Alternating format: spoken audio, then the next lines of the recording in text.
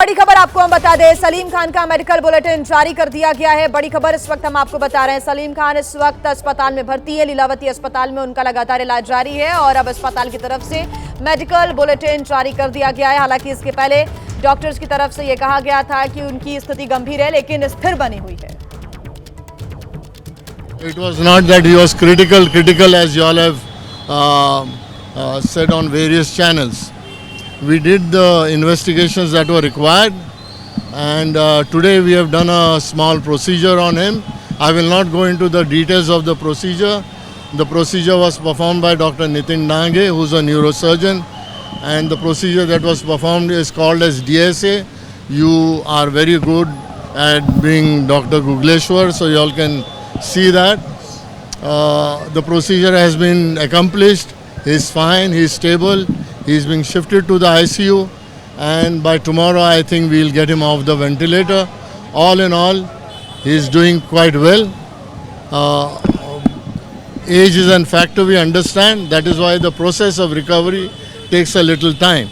So by tomorrow I think, if God wishes, everything, he'll be off the ventilator.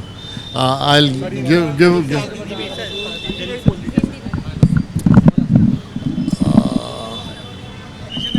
कल सवेरे तकरीबन 8:30 बजे doctor Sandeep Chopra, जो उनके फैमिली फिजिशियन हैं, उन्होंने सलीम खान को लीलावती में ले आए। हमको उनका जो भी उपचार करना था वो पहले हमने इमरजेंसी में किया। उनका ब्लड प्रेशर काफ़ी हाई था, उसके लिए हमने कुछ दवाइयाँ दे दी।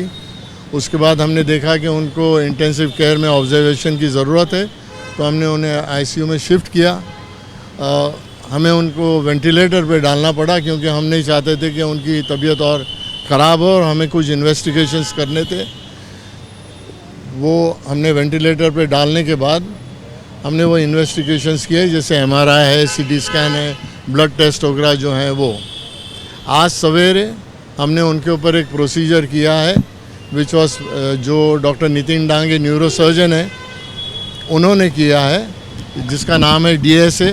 उसके डिटेल्स में मैं नहीं जाऊंगा क्योंकि वो पेशेंट की कॉन्फिडेंशियलिटी होती है।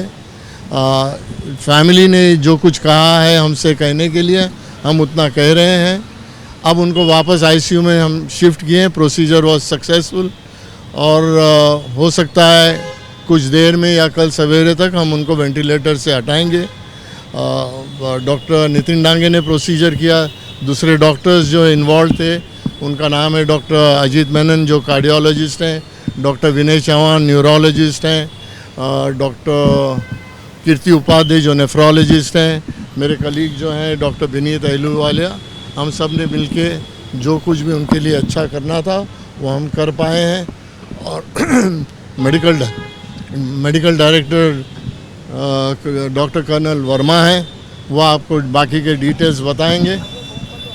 इतनी सी बुलेटिन हमको देनी। रोजाना सलीम साहब वॉक पर जाते थे, करते थे, तो कल सुबह आप कह रहे 8:30 बजे लेकर आए, तो क्या वजह नहीं होंगी कि इनकी स्थिति का फिट नजर आते थे साहब? जब वो आए थे फुली कॉन्शियस थे और फिट नज़र आ रहे थे। बाकी के डिटेल्स हम नहीं आपको बताएंगे। संभावनाएं है सर? कल नहीं। And sir, old age issues भी जैसे आमतौर पर किसी भी इंसान में होता है, उनकी उम्र करीब 90 के आसपास, क्या एक वजह वो भी है? वो आपसे ज़्यादा मजबूत है जी। उनको थोड़ा सा हेमरेज हुआ था जो हमने टैकल कर दिया है, कोई सर्जरी की ज़रूरत नहीं है। Thank you. Yes. So good afternoon everyone. You have heard him about the medical. Yeah.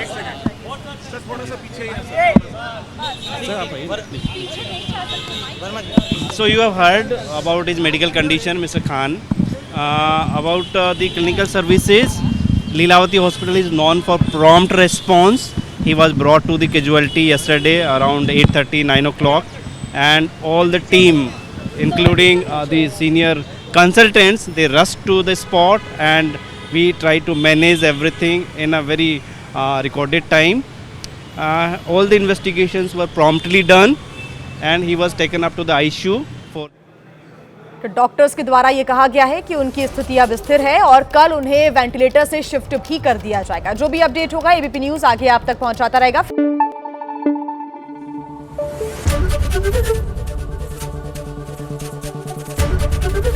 ABP news आपको रखे आगे।